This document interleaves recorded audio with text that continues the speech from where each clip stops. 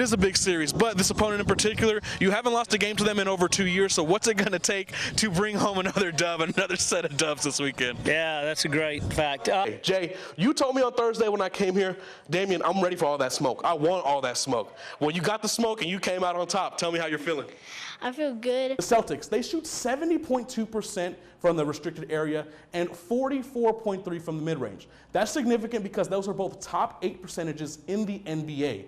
Not only is he very versatile as a defender, but he also has adequate foot speed to defend kind of smaller forwards and even a small ball center. So, Marissa, I think this deal was fantastic for the Mavericks. Now, I will say this competition is all about conditioning. I've seen a lot of these young athletes getting tired, settling for jump shots and all that stuff. So we're going to see right now not only who is the best conditioned athlete, but also who the best hooper in the 3-2-5 is. And I think that's probably a little bit of an understatement. We got Eye of the Tiger playing. We got everyone working on their head movement. Even me, it's kind of motivated me. Next thing you know, I'm slipping and rolling. So, yeah, these kids definitely know what they're doing. They're definitely training. I love the jab. On throws of 20-plus yards, the deep ball. We all love the deep ball. 7 touchdowns, 0 interceptions. It was Jerry Rice, Randy Moss, Terrell Owens, Calvin Johnson. When we look at dominant, we look at numbers, we look at production, and we look at what we see on the TV, I don't think you can name me 4 better. Now, this game for the Bobcats is a big one. It's their first game in district play, but even a little bit more special is this is the game that the San Angelo community deemed to be in honor of their fallen teammate, Brandon Garza. Throughout the history of sports, we've had a plethora of amazing rivalries to look forward to. In the NFL, you have Dallas versus Washington. In the fight game, Conor McGregor and Nate Diaz. But here in West Texas, we have one that tops them all between Ozona and Sonora. The 2024 season has been a good one for the Central Bobcats soccer team as they enter next week's by-district round after a second-place finish in district play and just 1 win away from a gold ball. Yet even a second-place finish and a shot at the gold ball is still far from what they want to achieve as a team. We would be happy for the rest of our lives just knowing we made history in Central. History, really, for this whole program. I mean, we've been looking for it for the past 4 years or since I've been here. It's history that the Bobcats are chasing, and it's the common goal they share that's allowed them to grow all together. Day in and day out, I feel like this whole team has come together a lot. Since the beginning of the year, we've really matured a lot. We've actually grown as a team. We've grown to communicate a lot. We've grown to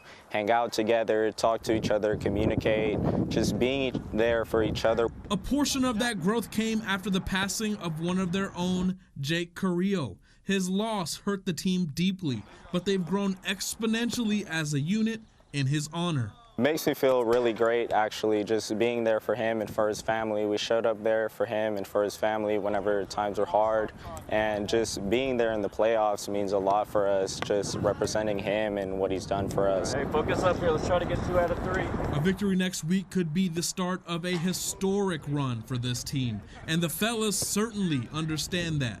It would be really important for us, and I think bringing us all together again. A win next week would mean everything to us. The Bobcats will travel to Pecos next Tuesday to take on the Montwood Rams. Should they come out on top, they'll walk away with their first playoff win in over a decade. Damien Bartonek, Fox West Texas.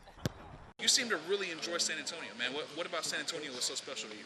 I mean, it was embraced from the moment I got traded. How do you kind of make that switch from being a champion and now kind of back on the hunt again? That's a great question. What kind of unlocked your love for the sport? Well, that's a good question. To run that much around the court, like, what is that diet like? What's the exercise workout regimen? What is all that like? Yeah, I've definitely had to lean out a little bit for this role. Do you feel like you are the champion or you are a champion despite not having the physical belt? 100%, man. Were you ever kind of like, man, this fighting stuff, it's just, it's not paying off like you thought or anything? It's tough. It was tough. I took a lot of split decision losses. Floyd Mayweather, Muhammad Ali, and Gervonta Davis are just a few names that have competed in Golden Gloves tournaments over the years. And here in the Concho Valley, there are numerous up-and-coming fighters looking to create their own legacy with their performance at the Twin Cities Golden Gloves tournament. I've been ready for this fight my whole entire life, and nothing's challenging to me. I'm just ready for all that smoke.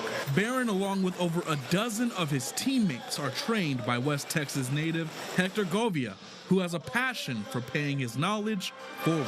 Tuck your elbows in. I love the sport of boxing, man, and it drives me with passion. I see these kids working, and I see some that have come in and don't know anything about boxing, and they improve. Man, it looks good, man. I love it. It's his love that has left an impact on his proteges. He's my favorite coach out of all my sports, honestly. He helps us whenever we need help on something, and he makes us train really hard.